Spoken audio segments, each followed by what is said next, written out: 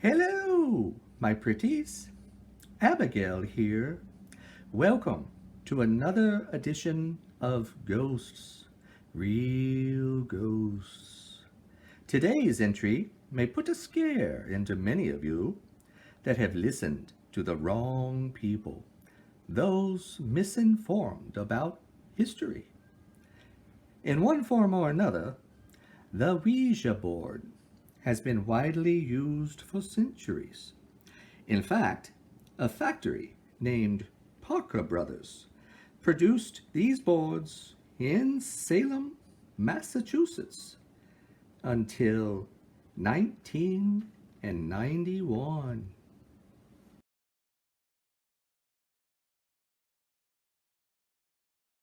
My friends and I got into a wee bit of trouble in nearby Salem village for using methods of divination. The grumpy old minister in Boston, Increase Mather, denounced such tools of the devil as going to the devil to defeat the devil. His son was grumpier still, a terrible, terrible man, that man called Cotton. Did I mention he was terrible? My friend Danny Boy has a whole book revealing the secrets of this nasty man. Some people called the ministers the Mathers, but Mathers is often used, and it's really unknown which way the wind blew back in our day. But there is one word, in fact, our topic today, the Ouija board, that is so often mispronounced that it is offensive. It makes me cringe. Oh dear, I almost cursed.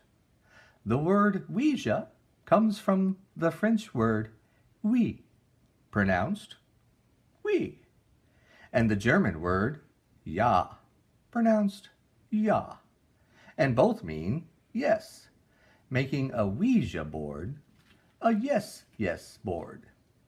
If things go right, the answer is yes, yes.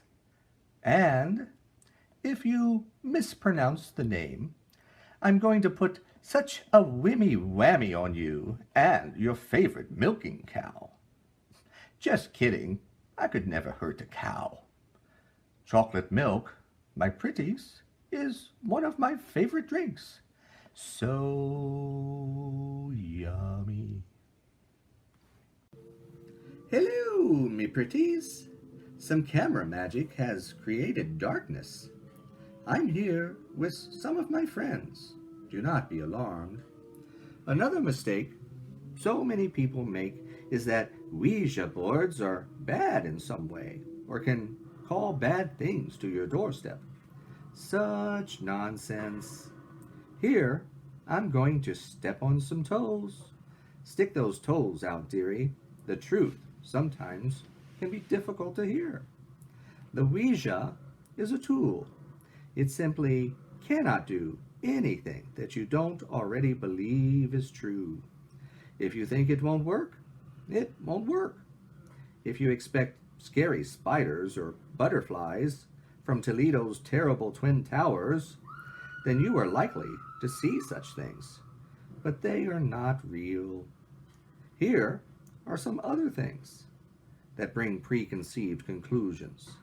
These runes bring dragons, frost giants, and thunder gods. Bah! These tarot cards summon elves or pixies that sort me undies. Well, my undies drawer is as messy as ever. Your beliefs are your own. I can only tell you that there are no demons, devils, or monsters that will appear because of this talking board. Such things don't exist. In 400 years, I've experienced scary humans. So many bad, bad people, but never a monster that I couldn't explain. Have you ever wondered why devils appear to make people fly through the air, but gods have trouble melting ice cream on a summer's day? Think about it. The Ouija board is simply a tool. to communicate with earthbound spirits that linger beyond their time of flesh and blood. Those departed don't grow fangs or gain superpowers. They have trouble gathering enough energy in our plane to whisper our name or make the stairs creak. Now, let's try it out. First, a couple of precautions, some for mood and some for peace of mind. They have worked for a long, long time. Pour salt across each door and window threshold in the room. A sprinkle will do. We're not making a salad. Next, place 5 candles for illumination and mood at the north, south, east, and west ends of the room. The 5th goes near the Ouija board, so you can see. That one is kind of important, my pretties. If you have particular spirits you wish to contact, place objects dear to them or from a particular location within arm's reach, so they can be placed on the board when the questioning begins. These are called trigger objects. Lastly, for you scaredy cats, state your authority. You are alive and dominate the world of the living, whereas spirits struggle to remain in our world for even a short time. My phrase is, only good may enter, only good may leave. It's simple and sounds a little witchy, but let me tell you, dearie, there's a little witch in all of us. One last thing, be honest and respectful, and do not pray. This is not church, my pretties. Filling your mind with extraneous symbols will not attract spirits that may not think as you think. This is about them. Who needs Thor or Loki or Odin poking their icy asses in our Ouija session? Not me, my pretties. Okay, let's give it a try. I summon all the forces of darkness and things icky and blue to come to my aid to help me rule the world. Give me a sign. Whoopsie? That was just a little levity, my pretties, to loosen things up. You know the old adage, do as I say, not as I do. Well, this was a teaching tool. The real thing requires respect, honesty, and patience. Ask questions where you actually want to know the answers. Reasonable questions. Use real names or events as you know them. Now that my suggestions have been expressed, sit back and relax, my pretties, as I relate an actual experience of my friend, Danny Boy. Not so long ago, Danny and 3 friends planned to hold a Ouija session while staying at the wonderful Talbot Tavern in Bardstown, Kentucky. I can't praise the Talbot enough. Friendly staff, wonderful food and drink, history abounds, and 6 ghostly rooms where famous people once stayed. Danny, at this point, had stayed in 5 rooms, but on this night, he stayed in the most haunted room.